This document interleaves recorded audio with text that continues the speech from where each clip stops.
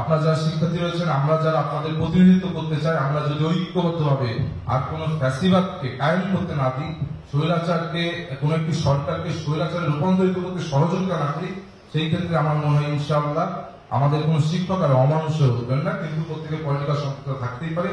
এই বিষয়ে তো আপনিও একমত। আরেকটি বিষয় হচ্ছে, আপনি বললেন যে জহুয়ারের একটি ঘটনা, আপনি কি জহুয়ারের একজন ছাত্র যে একজন শিক্ষার্থীকে কটূক্তি করেছে, এটা কি অত্যন্ত ছোট করে দেখছেন? এটা তো ছোট বিষয় না ভাই। এই ঢাকা বিশ্ববিদ্যালয় মুক্ত বুদ্ধি চর্চার কেন্দ্র, সেইখানে বসে একজন ঢাকা বিশ্ববিদ্যালয়ের শিক্ষার্থী একজন নারী শিক্ষার্থীকে বলবে গণধর্ষণ করা হোক, আর সেটা অত্যন্ত ছোট কাহিনী না। এটা নিয়ে শুধু বাংলাদেশ না, এটা তো আন্তর্জাতিক ভাবে এটার জন্য আন্দোলন হওয়া উচিত।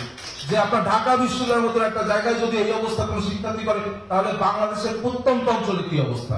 আর বিএনপি বা ছাত্রদল নেতাদের দ্বারা কোন খারাপ কাজ যদি হয়, সেটার প্রতিবাদ আমরা অব্যাহত রাখবো। এবং আপনারা দেখেছেন সাংগঠনিক ভাবে ইতিমধ্যে আমরা সকল ধরনের যে সাংগঠনিক কাঠামোর ভিতর সাংগঠনিক তাদের পদ বাতিল করা অথবা অনেকাংশে বিএনপি এবং ছাত্রদল নিজে বাদী হয়ে তার কর্মীর বিরুদ্ধে মামলা করেছে। কিন্তু আমরা বিভিন্ন ছাত্র সংগঠনকে দেখেছি, যাদের নাম আপনারা বলছেন, সেই ছাত্র সংগঠন কিন্তু নিজেদের কর্মীকে স্বীকার পর্যন্ত করে না। এটাই হলো বাংলাদেশ জাতীয়তাবাদী ছাত্র এবং অন্য ছাত্র সংগঠনের পার্থক্য। 5ই আগস্টের আগে হিজাবি নারীদের কথা, হ্যাঁ হিজাবি বা মুসলিম ফোবিয়া ছিল, ইসলাম ফোবিয়া ছিল, আমরা দেখেছি যে পূর্বে কোরআন তেলাওয়াত আয়োজন করা হয়েছে বলে বটগাছকেও শোকজ করা হয়েছে।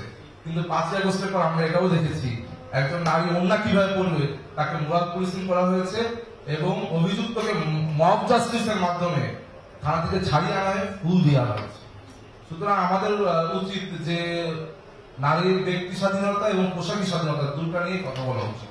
আমরা শুধু হেজাবি নারীদের নিয়ে যদি কথা বলি, তাহলে যারা পাশ্চাত্যকে ধারণ করে তাদেরকে কিন্তু এক্ষেত্রে এক্সক্লুড করে।